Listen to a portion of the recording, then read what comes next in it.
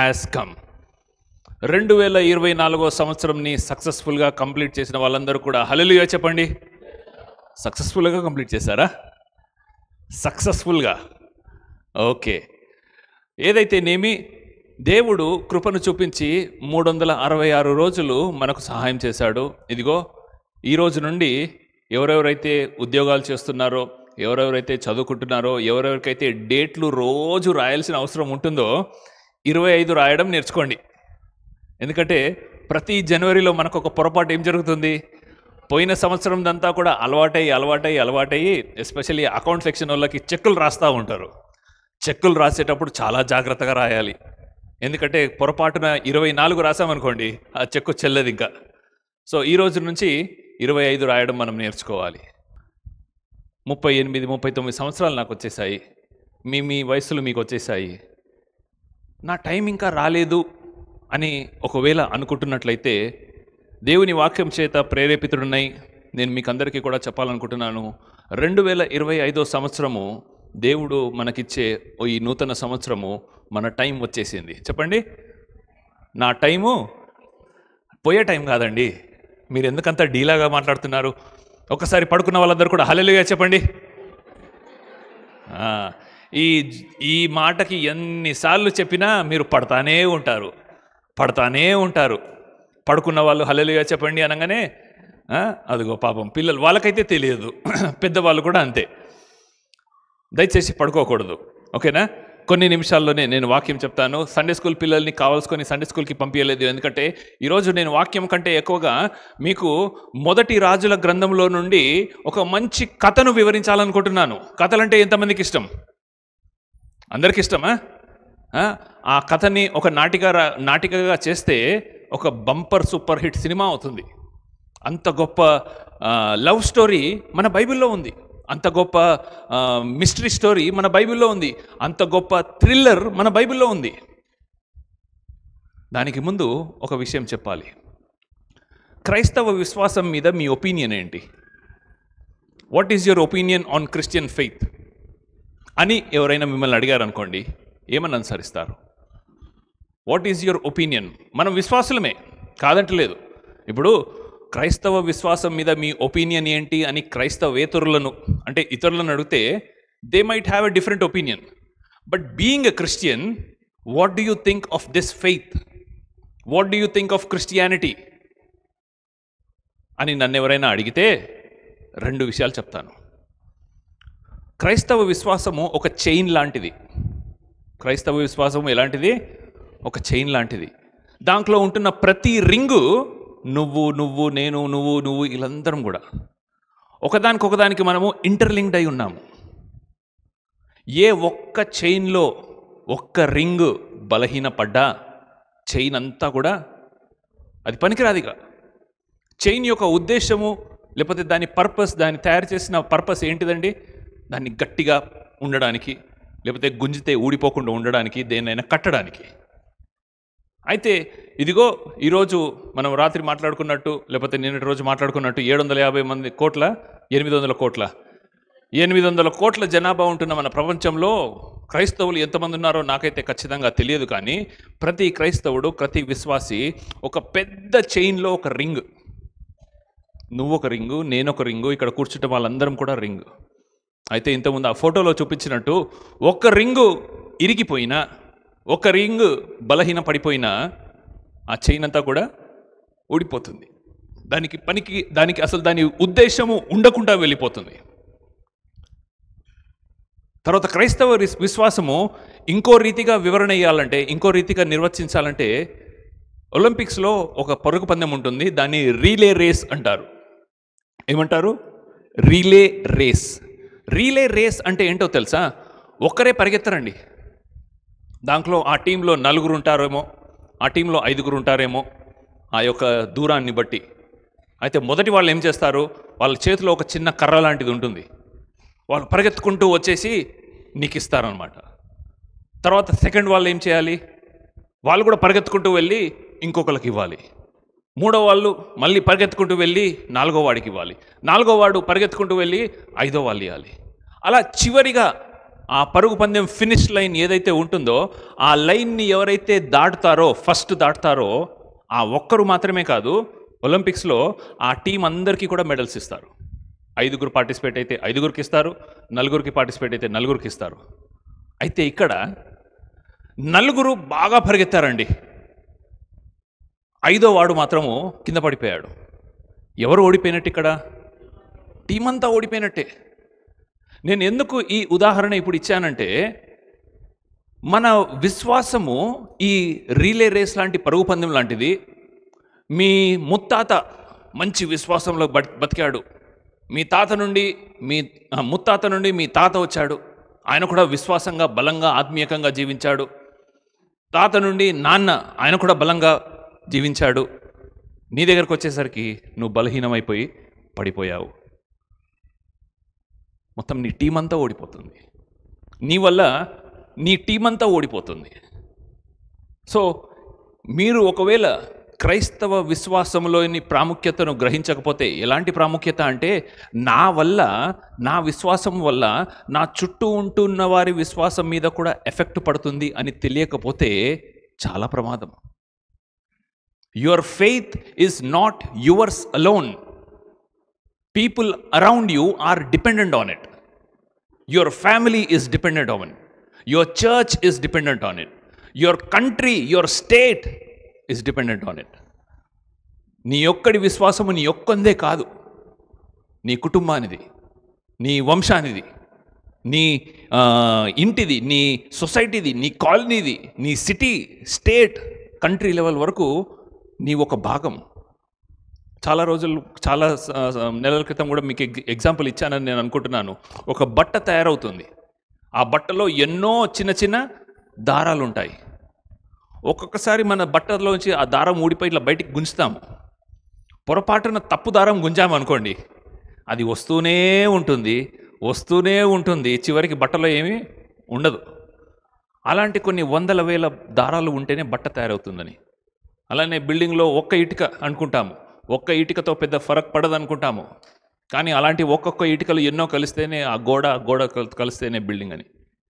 ఎందుకు ఈ ప్రస్తావన చేస్తున్నానంటే, ఈరోజు నేను ఒకే ఒక మనిషి గురించి ఒకే ఒక వచనం మీద ధ్యానం చేయాలని ఆశపడుతున్నాను.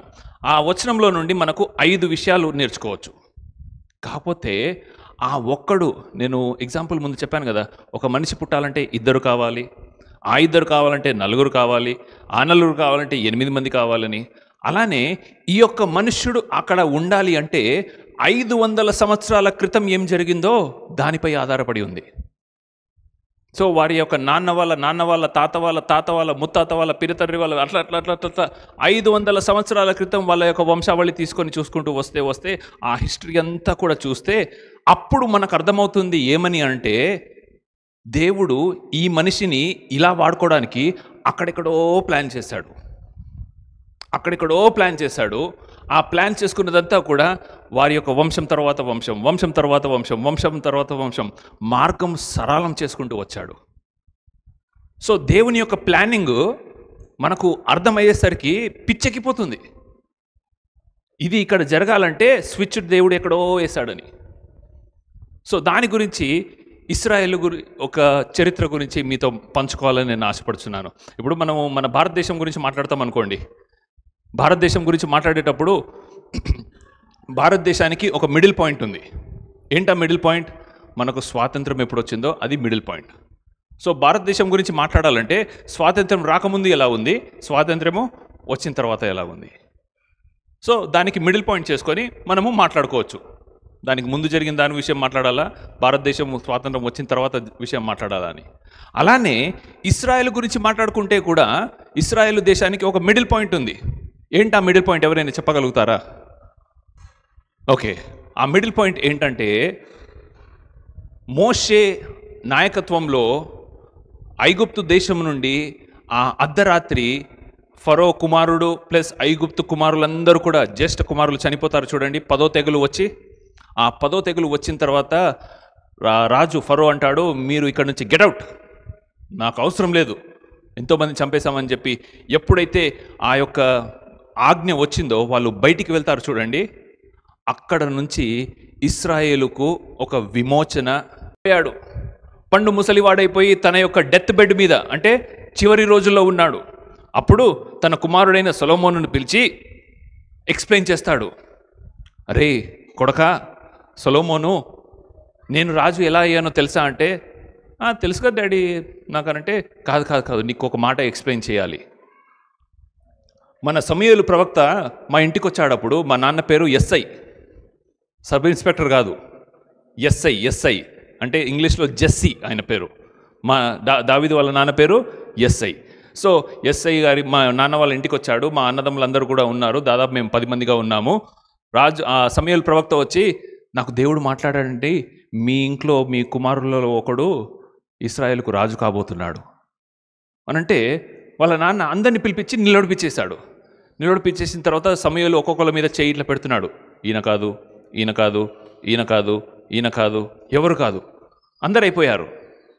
తర్వాత సమూయేలు వాళ్ళ నాన్నని అడిగాడు ఎస్ఐని, ఏమనంటే, ఇంకా ఎవరు లేరా నీ కొడుకులు అంటే,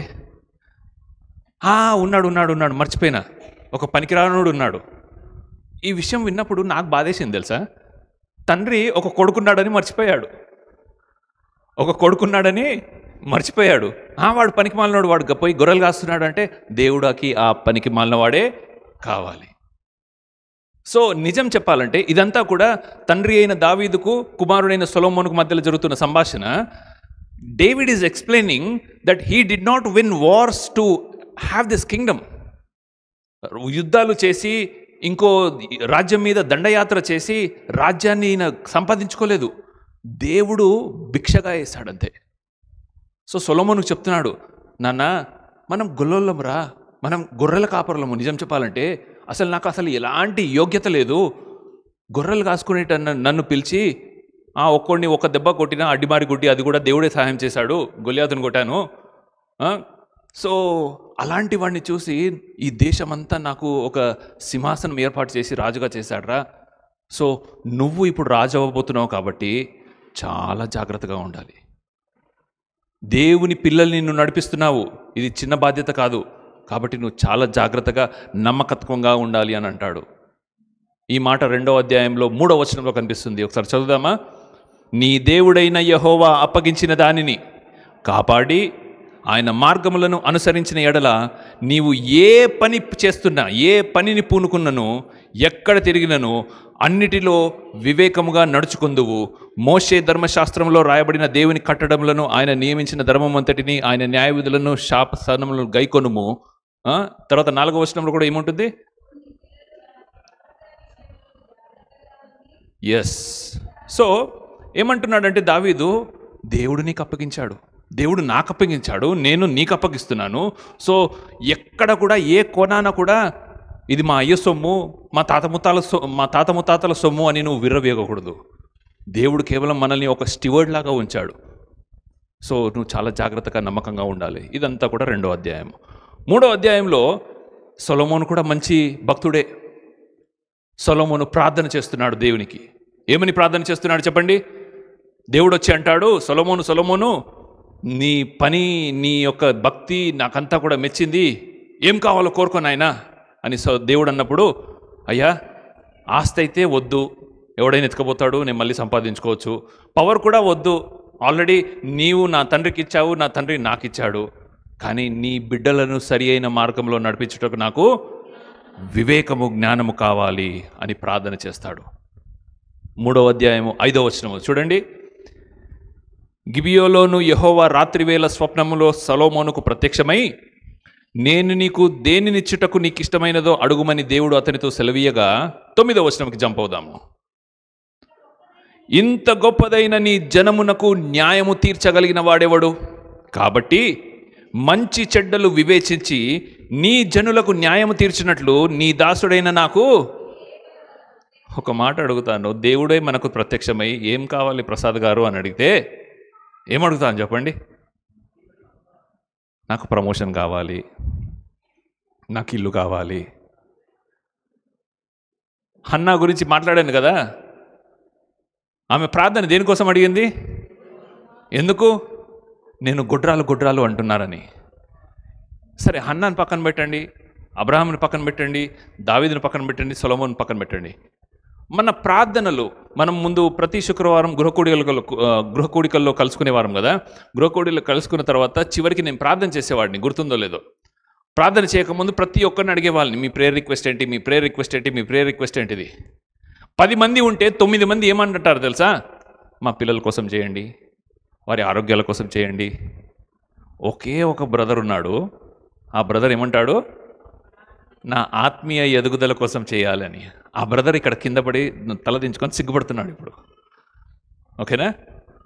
కె రాజు గారు, మంచిది మంచిది. అది మన ప్రార్థనలు ఎప్పుడు కూడా నా పిల్లలు బాగుండాలనే, వాళ్ళు చదువులు ఎదగాలనే, కానీ ఆత్మీయంగా బలపడాలని ఏ క్రైస్తవ తల్లిదండ్రులు కూడా ఈరోజు అడగరు.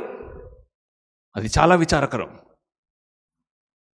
నా కొడుకు సేవలో వాడబడాలయ్యా, కనీసం సేవలో కాకుండా చర్చ్లో ఆయన ఏ రీతిగా సేవ చేయగలుగుతాడో ఆ ఆత్మీయతలో ఎదగాలయ్యా అని మన నోటి నుండి రాదే.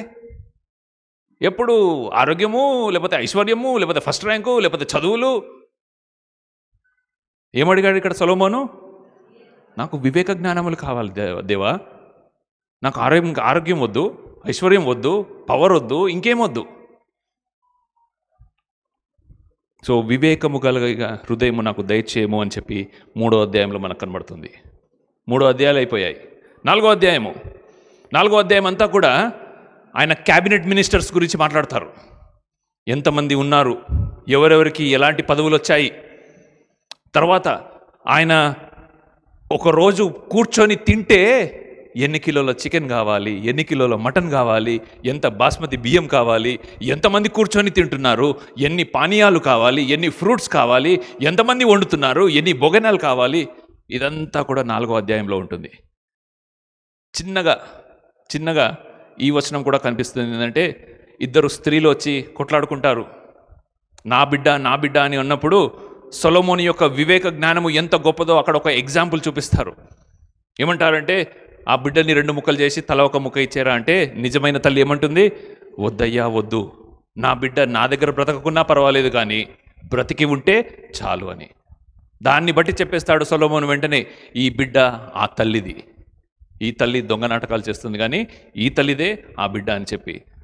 That is just one example of how wise Solomon was. సొలొమోను ఎంత వివేక జ్ఞానం కలిగిన వాడో జస్ట్ ఇది ఒక ఉదాహరణ. ఇంతటితో 4వ అధ్యాయం అయిపోతుంది. 5వ అధ్యాయంలో సొలొమోను తన తండ్రి చేపట్టిన ఒక గొప్ప విషయాన్ని చేపడతాడు. అదే దేవాలయము కట్టుట. ఏంటది? దేవాలయము కట్టుట. ఇవన్నీ ఫొటోస్ ఉన్నాయి నాన్న, పెడుతున్నావా? ఓకే. సొలొమోను కట్టించిన దేవాలయము, లేకపోతే మన బైబిల్ భాషలో చూపిస్తున్నట్టుగా సొలొమోను దేవాలయము ఈ ప్రపంచంలో ఇప్పటి వరకు అతి ఖరీదైన, అతి మహోన్నతమైన దేవాలయమట. అన్ని విశ్వాసాలలో, అన్ని రిలీజియన్స్తో కలిపి ఏదైనా మంచి రిలీజియస్ ప్లేస్ ఉంది, టెంపుల్స్, మాస్క్స్, మస్జిద్లు, లేకపోతే సిక్కు వాళ్ళకు సంబంధించిన గురుద్వారాలు, ఇవన్నిటిని కూడా పోగేస్తే చరిత్రలో సొలొమోను కట్టించిన యెహోవా దేవుని యొక్క దేవాలయము అతి ఘనమైనది. ఎందుకు?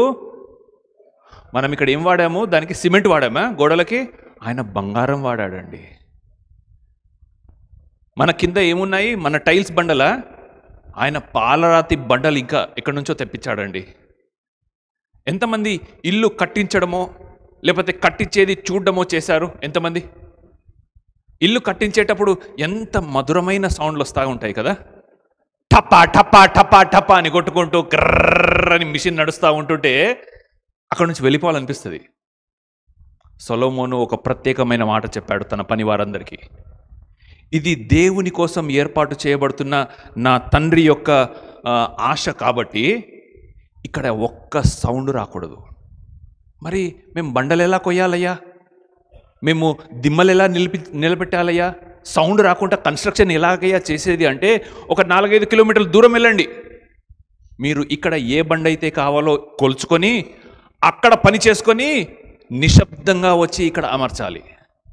ఎంత పని కదా అది, ఎంత పని అది.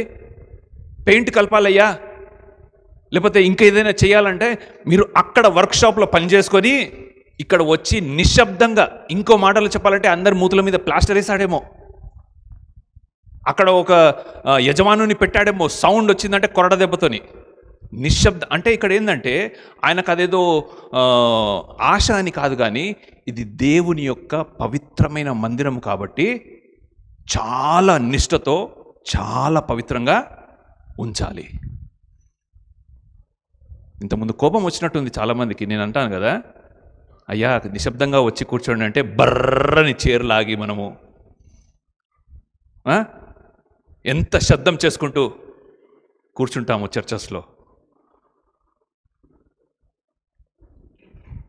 సో 5వ అధ్యాయంలో ఒక గొప్ప దేవాలయం కట్టడానికి పూనుకుంటాడు. 5వ అధ్యాయం 5వ వచనంలో ఈ మాట కనబడుతుంది. చూడండి ఒకసారి.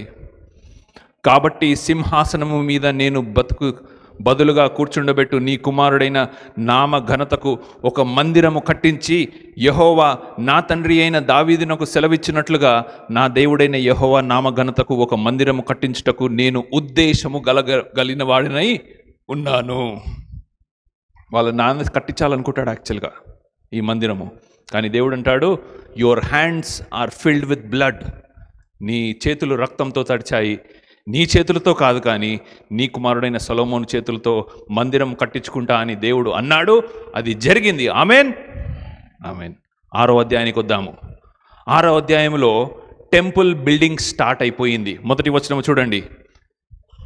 అయితే ఇశ్రాయేలీలు ఐగుప్తు దేశం నుండి బయలుదేరి వచ్చిన 480 సంవత్సరము మందు, అనగా సొలొమోను ఇశ్రాయేలు ఏలిన 4వ సంవత్సరము జీప్ అను 2వ మాసమున అతడు యెహోవా మందిరము కట్టింప ఆరంభించెను. ఇది కొద్దిగా డీటెయిల్గా మీకు చెప్తే కొంచెం అర్థమవుతుందో లేదో, కన్ఫ్యూజ్ అవుతారో లేమో, కానీ శాస్త్రవేత్తలు కొలిచి క్రీస్తుకు పూర్వం, క్రీస్తు శకం అని మనకు డేట్స్ ఉంటాయి, before Christ and after Christ. So Yesu క్రీస్తుకు ముందు జరిగిన ఓల్డ్ టెస్ట్మెంట్ అంతా కూడా బీసీలో ఈ పాస్ ఓవర్ అని చెప్పాను కదా, పస్కా పండుగ ఏ రోజైతే ఐగుప్తు నుంచి ఇశ్రాయేల్ వాళ్ళు బయటికి వచ్చారో ఆ రోజు 1446 బీసీ. ఆ రోజు నుండి 408 సంవత్సరాల తర్వాత ఇదిగో బిల్డింగ్ కట్టడం స్టార్ట్ అయిపోయింది. ఇది 6వ అధ్యాయం. 7వ అధ్యాయం చూడండి.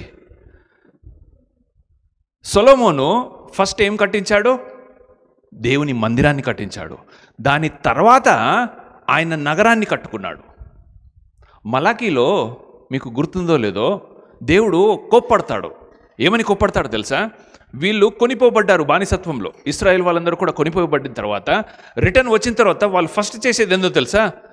మా ఇళ్ళు పాడైపోయినాయి, మేము ఉండటానికి స్థలం లేదు, కాబట్టి అందరూ ఇళ్ళు కట్టుకొని ఉన్నారు.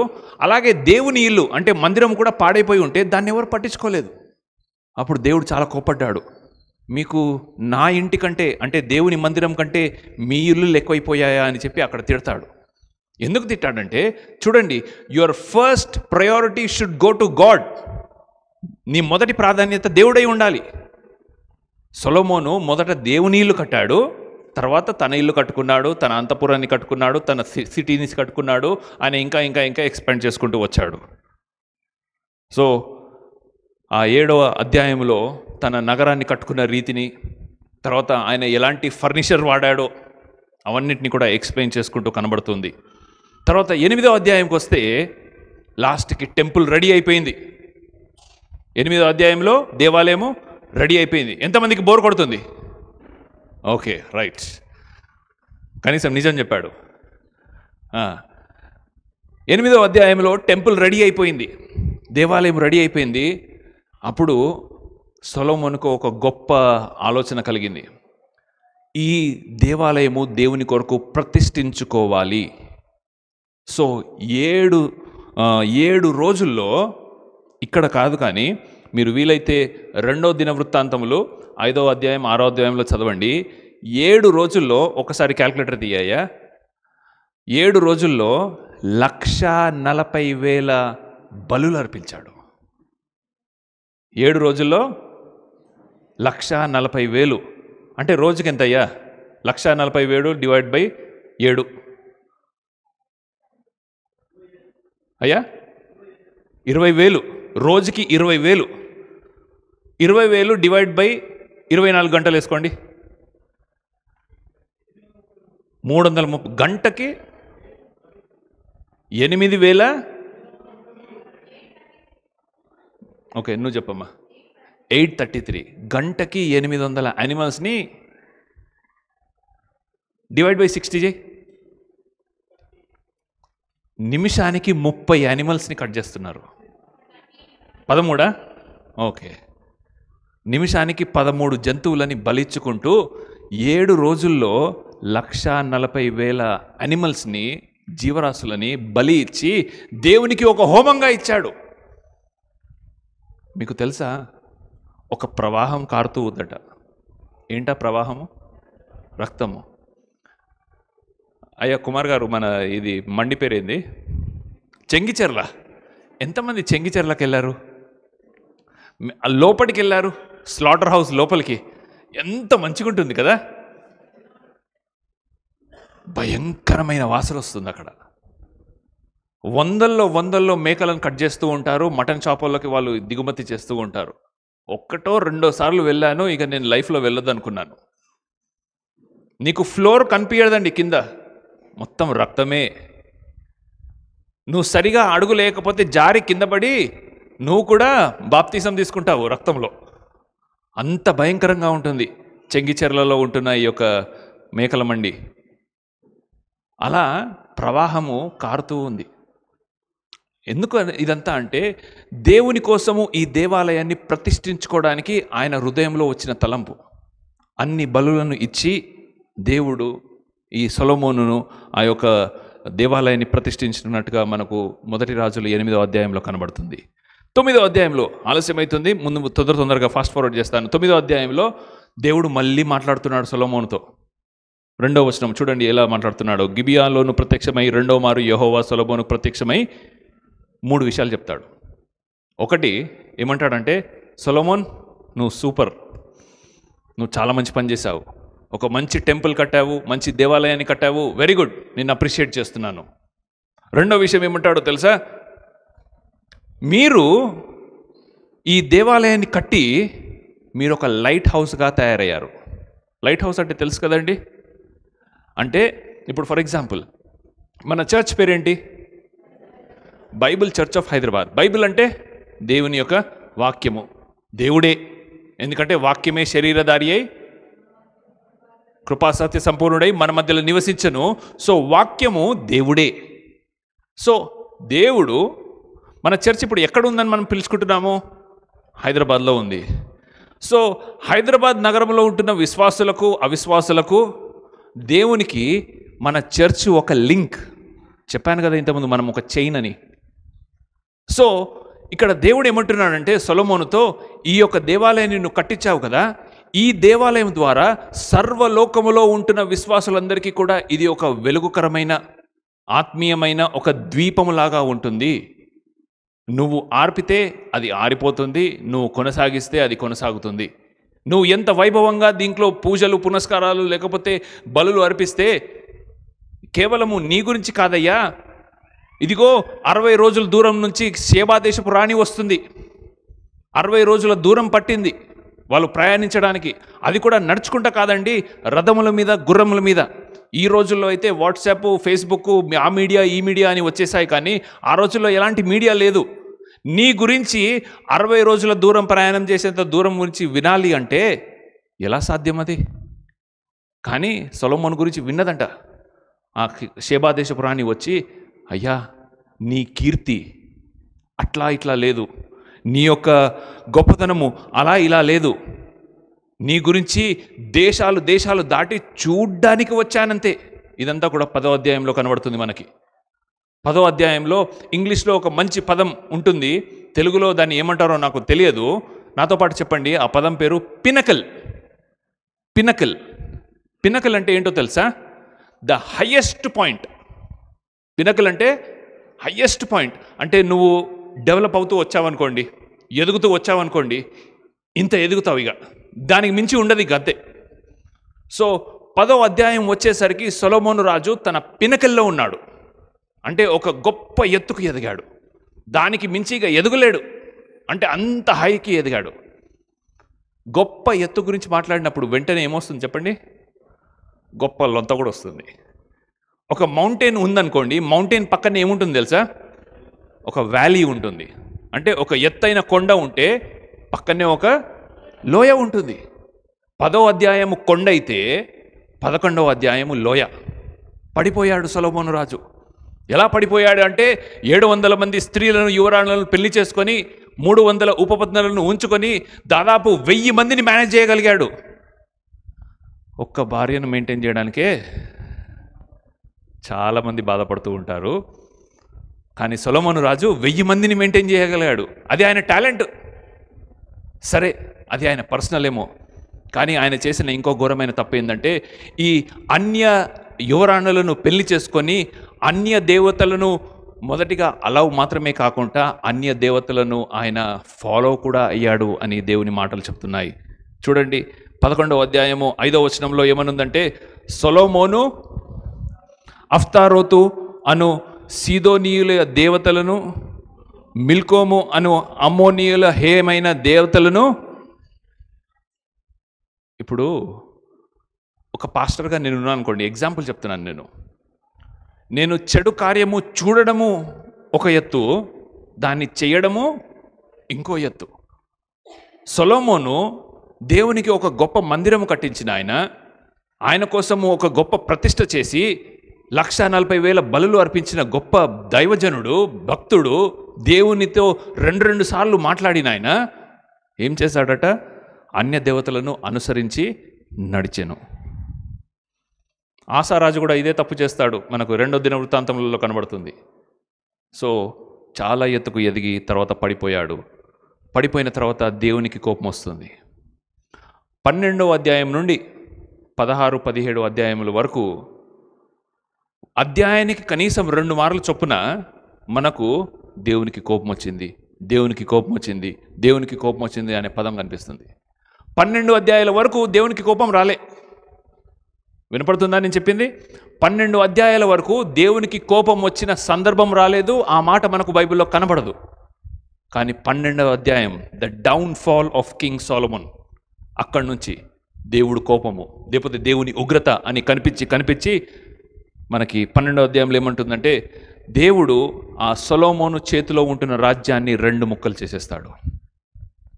సొలొమోను యొక్క కొడుకు రెహోబాము, ఆయనకి 2 ట్రైబ్స్ అంటే 2 గోత్రాలతో దక్షిణాన ఉంటున్న యూదా రాజ్యముగా ఆయన రాజు అవుతాడు.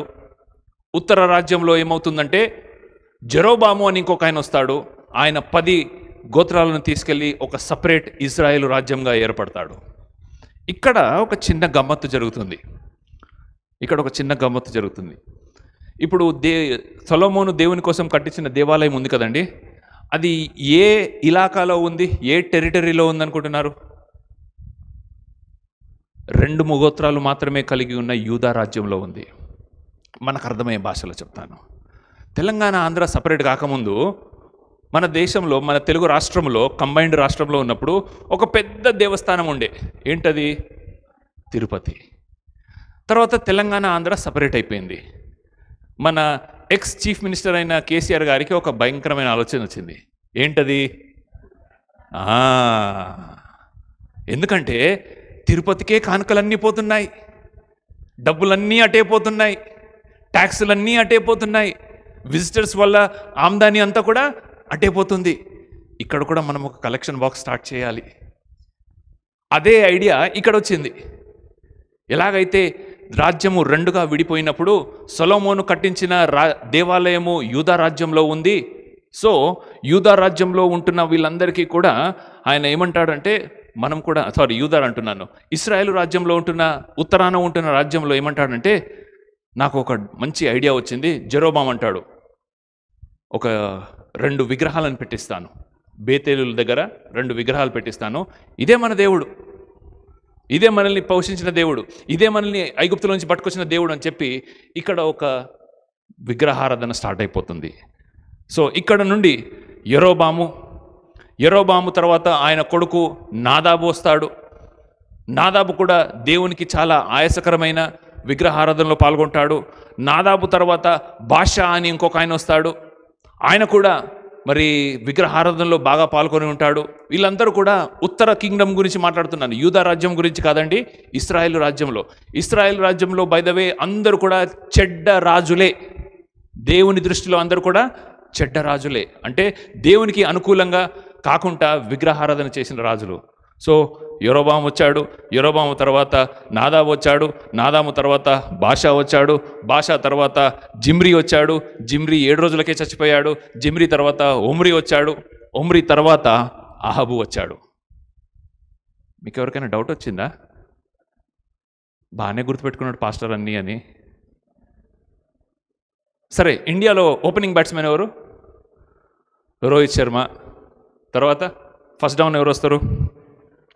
విరాట్ కోహ్లీ. తర్వాత సూర్యకుమార్ యాదవ్. తర్వాత పంత్. తర్వాత హార్దిక్. తర్వాత 11 మంది పేర్లు గుర్తుంటాయి, కానీ 7 పేర్లు గుర్తుండవా? చెప్పండి. టీం పేర్లు, ఎక్స్ట్రా పేర్లు, ఎంపైర్ల పేర్లు ఇవన్నీ గుర్తుంటాయి మనకి. బైబిల్లో ఉన్న 7 రాజుల పేర్లు గుర్తుండవా? అదే మన వల్ల కాదని కాదు, మన ఇంట్రెస్ట్. ఇప్పుడు చూడండి, చాలామంది బైబిల్కి చర్చ్లో వచ్చినప్పుడు, బైబిల్ స్టడీకి వచ్చినప్పుడు బుక్కులు తెచ్చుకుంటారు. ఎందుకు తెచ్చుకుంటారమ్మా? రాసుకుందామని. ఎందుకు? గుర్తుండవా మీకు? 3 గంటల సినిమా చూడండి, 3 గంటల సినిమాని రాయండి, పొల్లు పోకుండా రాస్తాం మనం స్టోరీని. పొల్లు పోకుండా 3 గంటల సినిమా స్టోరీ రాయొచ్చు, కానీ గంట వాక్యాన్ని మాత్రం మనము గుర్తుపెట్టుకోలేని పరిస్థితి. మన వల్ల కాదని అబద్ధం మనం కవర్ చేసుకోకూడదు. మన ఇంట్రెస్ట్, దాని మీద ఉన్న ఇంట్రెస్ట్ దీని మీద ఉండదు. లాస్ట్కి అహాబు రాజు అయ్యాడు. అహాబు రాజు ఒక భయంకరమైన రాజు. ఆ భయంకరమైన రాజు ఇంకొక భయంకరమైన ఆమెను పెళ్లి చేసుకున్నాడు. ఆమె పేరు జెజిబేలు అని ఇంగ్లీష్లో ఉంటుంది, యజుబేలు అని తెలుగులో ఉంటుంది. 5 నిమిషాల్లో ముగించేస్తాను చూడండి. యజుబేలు అనే పేరుకు అర్థము బేలు, లేకపోతే బయలు ఎక్కడా. యజబేలు అనే పేరుకు అర్థము బయలు అనే అన్య దేవుడు ఎక్కడా. సో యజుబేలు యజుబేలు యజుబేలు అని పిలిచినప్పుడల్లా ఈమె లోపల మురిసిపోయేదట. ఎందుకు అనంటే, ఈమె వచ్చేటప్పుడు బయలు దేవతలను, వారి విగ్రహాలను, ఆ విగ్రహాలను పూజించడానికి వారి ప్రవక్తలను పట్టుకొచ్చింది. బయలు దేవతకు 400 మంది ప్రవక్తలు, ఆయన భార్య ఇంకోటేదో పేరు ఉంది నాకు తెలియదు, ఆమెకు 450 మంది ప్రవక్తలు, మొత్తం కలిపి 850 మంది ప్రవక్తలను ఇశ్రాయేలు దేశంలో రాజ్యమేలుతున్నారు. యెహోవా దేవుణ్ణి ఎవరైనా మొక్కితే, యెహోవా దేవుని పేరు ఎవరైనా తీస్తే వాళ్ళను నరికి చంపేస్తున్నారు. ఎక్కడ పడితే అక్కడ విగ్రహాలు, మరి దేవాలయాలు నిలబెట్టించి విగ్రహారాధన భయంకరంగా చేస్తున్నారు. ఇది కాదా ఈరోజు మన భారతదేశంలో జరిగేది? ఇది కాదా? అలాంటి పొజిషన్లో వచ్చినప్పుడు దేవుడు ఒకడిని నిలబెట్టుకున్నాడు. ఆయన పేరే ఏలియా. ఏలియా గురించి ఒకటే ఒక మాట నేను చెప్పి ముగించేస్తాను. 17వ అధ్యాయంలో నేను ఒక్క వచనం అని చెప్పాను చూడండి. ఇంత స్టోరీ ఎందుకు చెప్పానంటే ఇప్పుడు మీకు అర్థమవుతుంది. ఏలియా గురించి మనం మాట్లాడేది. ఏలియా 17వ అధ్యాయంలో మొదటి వచనంలో ఈ మాట ఉంది. దయచేసి అందరం చదువుదాము. అంతటా గిలాదు కాపురస్తుల సంబంధి అయి తిష్తీయుడైన ఏలియా అహాబు నొద్దకు వచ్చి, ఎవని సన్నిధిని నేను నిలబడి ఉన్నానో ఇశ్రాయేలు దేవుడైన ఆ యెహోవా జీవం తోడు, నా మాట ప్రకారము గాక ఈ సంవత్సరంలో మీకు మంచైనను వర్షమైనను పడదు అని ప్రకటించాను. ఈ ఒక్క వచనంలో 5 లెసన్స్ నేర్చుకోవచ్చు. చెప్పేస్తాను, వినండి. అక్కడ ఎవరు వచ్చి ఎవరి ముందు నిలబడ్డారని రాసిందమ్మా? ఏలియా వచ్చి అహాబు గురించి రాయబడి ఉంది. ఏలియా ఎవరి కొడుకో రాయబడి ఉందా? ఏ ఊరోడు, ఏ బ్యాక్గ్రౌండు, ఆయన క్వాలిఫికేషను, లేకపోతే ఆయనకు అర్హతలు ఏమైనా రాయబడి ఉందా? రాయబడి లేదు. దీని ద్వారా మనం నేర్చుకునేది ఏందో తెలుసా? మన దేవుడు బ్యాక్గ్రౌండ్ చూసే దేవుడు కాదు. మన దేవుడు బ్యాక్గ్రౌండ్ చూసే దేవుడు కాదు. అంటే ఏంటంటే, చాలాసార్లు ఈరోజు మనకు ఐపీఎస్, లేకపోతే ఐఏఎస్, లేకపోతే డాక్టర్, లేకపోతే ఇంజనీర్ ఇవన్నీ ఉన్నాయి కదా. వీళ్ళందరూ ఎన్నుకునేటప్పుడు వాళ్ళు చేసే ప్రక్రియను గమనించారు కదా. ఈ టెస్ట్ రాయాలి, ఆ టెస్ట్ రాయాలి, తర్వాత అది రాయాలి, తర్వాత ప్రాక్టికల్స్, తర్వాత ఇంటర్వ్యూ, తర్వాత ఇది. అబ్బో, ఇదంతా దేనికి? వీడికి ఆ సత్తా ఉందా లేదా, కలెక్టర్ అయ్యే సత్తా ఉందా లేదా, డాక్టర్ అయ్యే సత్తా ఉందా లేదా, పోలీస్ అయ్యే సత్తా ఉందా లేదా అని. తర్వాత ఇంకా గవర్నమెంట్ ఉద్యోగాలకి బ్యాక్గ్రౌండ్ చెకప్ ఉంటుంది, అవునా కదా? పోలీస్ వెరిఫికేషన్ ఉంటుంది. ఏమని ఉంటుంది? ఈయన మీద ఏమైనా కేసులు ఉన్నాయా లేదా, ఈయనకేమైనా మందు అలవాట్లు ఉందా లేదా, డ్రగ్స్ అలవాటు ఉందా లేదా. ఇంకా కొన్నిటి దగ్గర మెడికల్ టెస్ట్ చేస్తారు. ఎందుకు మెడికల్ టెస్ట్ చేస్తారు? వీనికి వ్యసనాలు ఉన్నాయా లేవా, వీనికి ఆరోగ్యం కరెక్ట్గా ఉందా లేదా. దేవునికి వందనాలండి, దేవుడు మనల్ని ఎన్నుకున్నప్పుడు ఇవన్నీ చెక్ చేయడు. చెక్ చేస్తే ఇక్కడ ఎవ్వరం కూర్చోం తెలుసా, ఇక్కడ ఎవ్వరం కూర్చోడానికి అధికారమే లేదు. వినయ్కి నా రక్షణ ఇచ్చే ఆ అధికారము, యోగ్యత ఉందా లేదా అని చెప్తే దేవుడు పెట్టే ఫస్ట్ టెస్ట్లోనే నేను ఫెయిల్ అయిపోతా. ఖచ్చితంగా చెప్తాను ఈ మాట. దేవుడు పెట్టే ఫస్ట్ టెస్ట్లోనే నేను ఫెయిల్ అయిపోతా. కానీ దేవుడు నన్ను అట్లా టెస్ట్ చేయలేదండి. అందుకు దేవునికి చప్పట్లు కొట్టండి, స్తోత్రం చెప్పండి. మన బ్యాక్గ్రౌండ్ చూసి దేవుడు మనల్ని ఎన్నుకోలేదు, మన ఫోర్గ్రౌండ్ చూసి. ఫోర్గ్రౌండ్ అంటే ఏంటిది?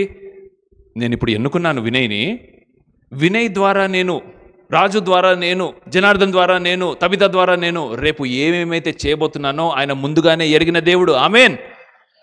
సో అందుకని ఏలియాని ఎన్నుకున్నాడు. సో అది మొదటి పాయింట్, మొదటి లెసన్. తర్వాత ఈయన ఎవరి దగ్గరకు వచ్చాడంటే ఏలియా, గిలాదు కాపురస్తుడు సంబదీయ తిష్తీయుడైన ఏలియా ఎవరి దగ్గరకు వచ్చి, అహాబు ఎవరని చెప్పాను నేను, ఎలాంటి రాజు అని చెప్పాను నేను? భయంకరమైన రాజు. భయంకరమైన రాజు. ఎలాంటి భయంకరమైన రాజు అంటే అసలు మర్సీ అనేది లేదు, దయా దాక్షిణ్యాలు అనేది లేవు. అడ్డంగా నరకేసేవాడు దేవుని పేరెత్తితే. ఆయన కంటే ఇంకా భయంకరుడు ఎవరు తెలుసా? ఆమె భార్య. ఆమె చేతిలో ఉంది కీ అంతా కూడా. కానీ ఈయన అహాబు దగ్గరికి వచ్చి ఇట్లా ఇట్లా ఇట్లా ఇట్లా మాట్లాడేస్తున్నాడు. అసలు ఏమాత్రం భయపడట్లేదు.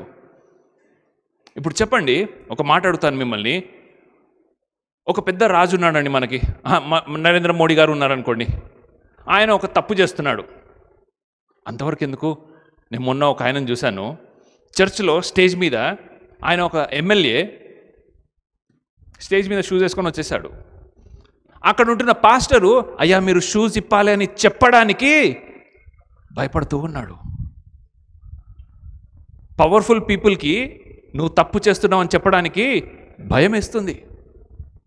అహాబు రాజు దగ్గరికి వెళ్ళి నోటి మాట గుక్కబోకుండా, ఏయ్ రాజా, దేవుడు ఇట్లా అంటున్నాడు అని మాట్లాడాడు. ఎలా సాధ్యం అది? దేవునితో ఆయనకుంటున్న సంబంధం, క్లోజ్నెస్. దీని పేరేమంటాం మనం? ఇక్కడ మనం చేసే కార్యక్రమం ఒకటి ఉంది కదా, దాన్ని బల్ల అంటాం కదా. ఇంగ్లీష్లో దాన్ని ఏమంటారో తెలుసా? Communion. You know what is the meaning of the word communion? Commune అంటే సహవాసము, కంబైన్. సో మీరు బల్లలో చేవేసినప్పుడల్లా కూడా దేవునితో మీరు, యోహాను సువార్త 6వ అధ్యాయము 53 నుండి 58 వరకు చదివాను. నా రొట్టెను తిని నా రక్తాన్ని త్రాగిన వారు నాలో పాలిభాగస్తుడు, నా తండ్రి ఇంటిలో పాలిభాగస్తుడు అన్నాడు దేవుడు. సో ఆ కమ్యూనియన్ నీకు కలిగి ఉంటే నువ్వు ఎవరికి భయపడిన అవసరం లేదు.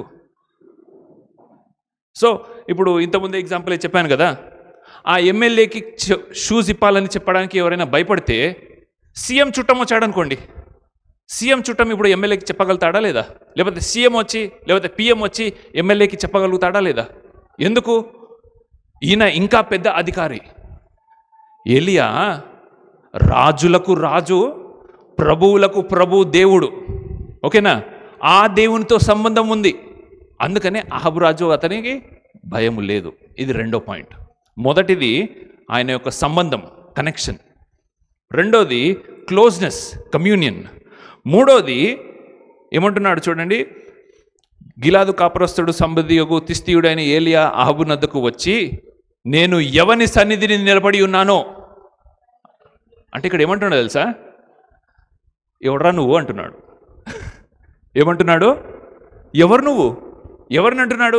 ఏలియా అహాబుని అంటున్నాడు. అసలు నువ్వు ఎవరు? అక్కడ అసలే అహాబు తిక్కలోడు, రెండోది భయంకరమైన రాజు. మూడోది విశ్వాసులను యెహోవా భక్తులందరినీ కూడా చంపేవాడు.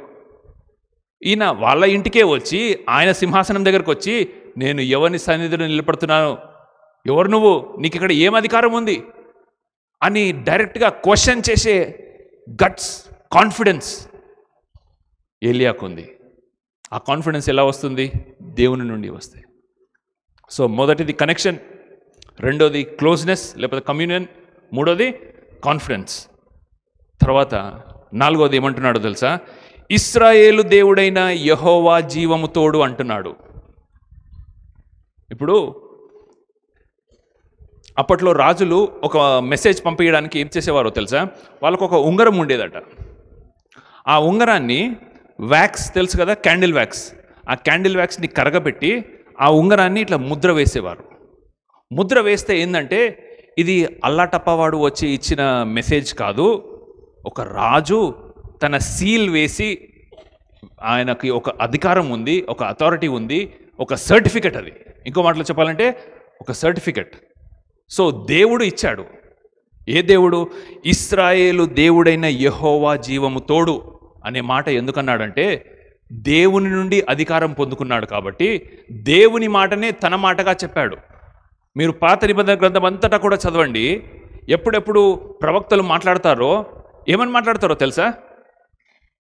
సైన్యములకు అధిపతి యెహోవా సెలవిచ్చినదేమనగా, ఆ మాట కనబడుతుంది.